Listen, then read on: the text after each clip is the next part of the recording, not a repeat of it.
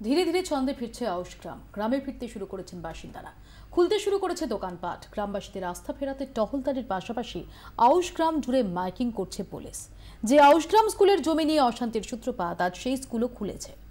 সকল আউশগ্রামবাসীর কাছে প্রশাসনের পক্ষ থেকে জানানো যাচ্ছে যে গত 28 তারিখের ঘটনায় যারা জড়িত নন তাদের ভয় পাওয়ার কারণ নয়। ধীরে ধীরে ছন্দে ফিরছে আউশগ্রাম। সোমবার সকালের দিকে বাজারহাট বন্ধ থাকলেও বেলা গড়াবার সঙ্গে সঙ্গে দোকান খুলেছে বেশ কয়েকটি। ঘরে ফিরেছেন বহু মানুষ। পুলিশও চেষ্টার খামতি রাখেনি।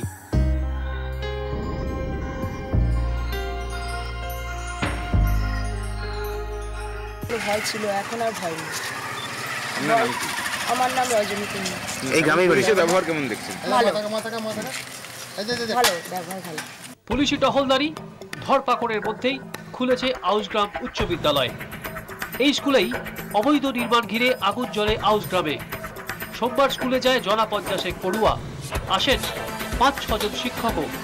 তবে থানার জেরে তালা খোলেনি সোমবারও। ব্যুরো রিপোর্ট, 24 ঘন্টা।